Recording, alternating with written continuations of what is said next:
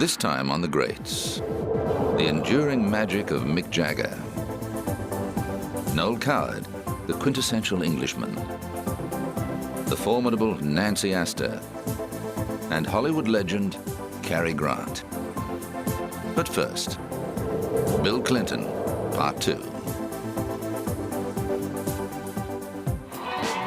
Bill Clinton won the 1996 presidential election with an increased majority.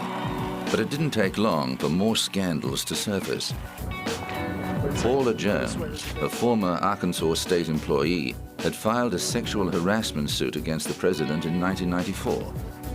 And in 1998, Clinton was forced to pay her a $750,000 settlement to prevent it from going to trial. But there was much worse to come. I did not have sexual relations with that woman, Miss Lewinsky.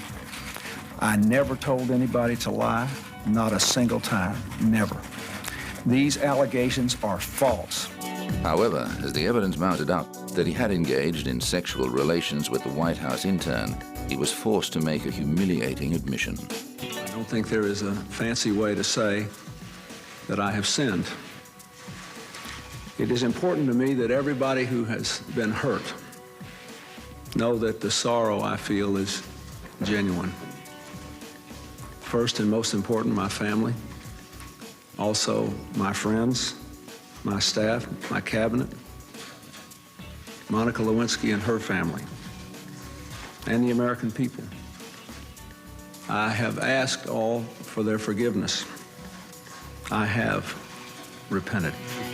Clinton's repentance was not enough for the Republican-controlled House of Representatives, which voted to impeach the president in 1998. The following year, the Democrat-controlled Senate voted to acquit him. Putting his personal troubles into perspective, Clinton had the tragic duty of paying tribute to the many American embassy staff killed in 2 bloody Al-Qaeda car bombings in Tanzania and Kenya. Although the Lewinsky scandal derailed Clinton's final term agenda, the president plowed on with his efforts to put the United States at the forefront of global peace initiatives. He brokered peace talks between Israeli Prime Minister Benjamin Netanyahu and PLO leader Yasser Arafat. I believe that we all agree that we have made progress on the path to peace. There has been a significant narrowing of the gaps between the two parties across a wide range of issues. He also played a key role in the Kosovo International Peace Plan. Created after US-led NATO military action forced Serb forces to withdraw from the enclave. We have come to bear witness to a moment of hope. For 33 months, the flames of war have raged through the nations of the former Yugoslavia.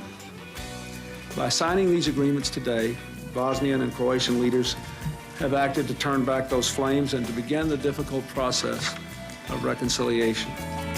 Clinton also helped further peace in Northern Ireland by brokering the Good Friday Agreement that brought nationalists and unionists together. However, while he had several foreign policy successes, the Americans were missing in action in Rwanda, when up to 1 million people were murdered in 1994. And North Korea continued to be recalcitrant when ordered to allow inspectors to view its nuclear facilities. As his presidency drew to an end, Clinton focused his energies on helping his wife Hillary run for office in her own right. A Senate seat in New York was earmarked for her, and the couple bought a house in Chappaqua, just outside New York City.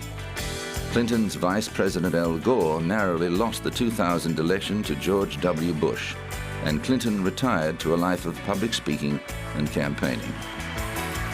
In 2004, his autobiography, My Life, set an all-time record for single-day non-fiction sales, demonstrating that Americans remain fascinated with their flawed but visionary former leader. My days in this office are nearly through, but my days of service, I hope, are not.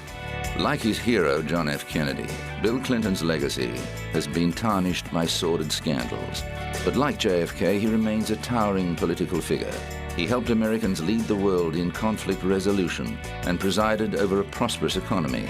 It would become an era that people look back on with nostalgia, when the world became an uglier place for the United States during the next presidency.